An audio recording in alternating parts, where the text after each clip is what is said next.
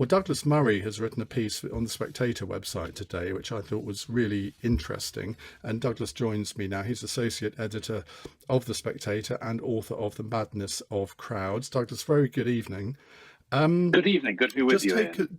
Just take us through, and I don't know if there's anything that how I've introduced this where you would sort of take issue with, but just take us through the argument that you were putting forward in your article, which was headlined, "What Isn't Being Said About the Reading Attack Victims."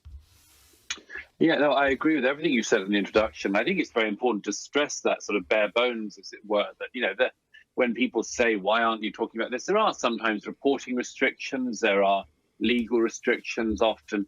But I think that one of the problems of the era we're in at the moment is that everybody can see through the media. We can all see when the media appears to be doing something like particularly focusing on one type of crime, not focusing on another. And I said in this piece, I'm very struck. I've written a lot over the years, as you know, about this sort of incident, this sort of terrorism, this sort of criminality.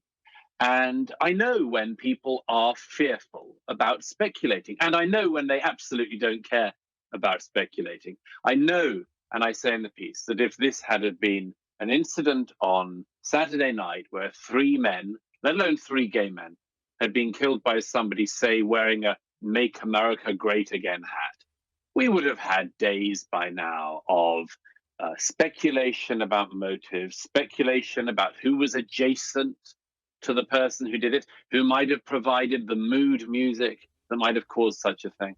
And I'm just struck that, yesterday evening's BBC News at 10, they could barely bring themselves to mention the fact that these victims were gay. They didn't certainly want to draw any lessons from it at all. And I think this is the sort of thing that is dividing our society unnecessarily, because people can see that there appears to be some kind of favoritism in the media about where you are allowed to speculate and where you are not. And it's incredibly dangerous, because it means that as a society, we end up not just choosing our own opinions, but choosing our own facts. And at that point, we just can't talk across any political divide. And the sensitivity is what? The sensitivity is that he came from Libya. There seems to be some dispute about whether he had converted from Islam to Christianity. His mother, I think, has said today that he found Ramadan very difficult this year. So that would indicate that he wasn't converted to Christianity. I mean, we don't know the total facts of that. But is that what you're alleging, that the media are just treading carefully because of the Islam connotations here? Yeah, I mean, I think it's just obvious. It's not just the Islam connotation, it's the asylum seeker one. There are reasons to be, careful in reporting. God knows every journalist should know that. But as I say, if somebody is an asylum seeker from Libya, and they are reported as, fortunately today, actually, in the last paragraph of a piece in the Times, a reporter says that somebody who knew the attacker on Saturday night had heard him say all sorts of stuff about gay people and the fact that there wasn't a place for them in Libya, as he says. Now, I just think it's a very reasonable thing to say. Not just what is the potential mental health component of this attack, what is the potential drugs-related component of this attack, but also, what is the component of this attack that has to do with the fact that here was a young man who came from Libya, who this country gave asylum to. And was that, for instance, a wise thing to have done? Should Britain in the 2010s have been bringing people in from asylum in Libya? And the reason why, among other things, I've noticed this is because there has been a component in other terrorist attacks in our country in which the same conversation is ducked. Of the London Bridge terrorists, I mean London Bridge 1, by the way. It's sad that one has to even mention that now. But the first London Bridge attack, 2 of the people who perpetrated that, as far as I can see, should not have been in the UK, but had for some reason been able to get asylum here. And one of their cases falsely had lied about their identity. In all the discussion after the first London Bridge attacks, Douglas, we had, in all of the discussion of that, we had people saying, what is the online radicalization component? Absolutely, really interesting and important. What is the extent to which this, that, or the other might have been? Very important. But also, why can't we have a conversation reasonably about asylum, what ideas people bring with them when they come to this country, what the net benefits or otherwise are.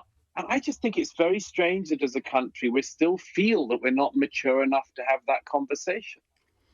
Well, I don't disagree with that, but on the other hand, the London Bridge attacker, the Manchester Arena bomber, as far as I understand it, the alleged attacker here, they were all here legitimately. Yes, they were asylum seekers, but they had been given leave to stay. Now, you can question the system that allowed that to happen, Yeah. but in terms of the number of people who have been given leave to stay, I mean, these are 3 individuals out of hundreds of thousands. Now, you're always going to get a few bad apples, aren't you?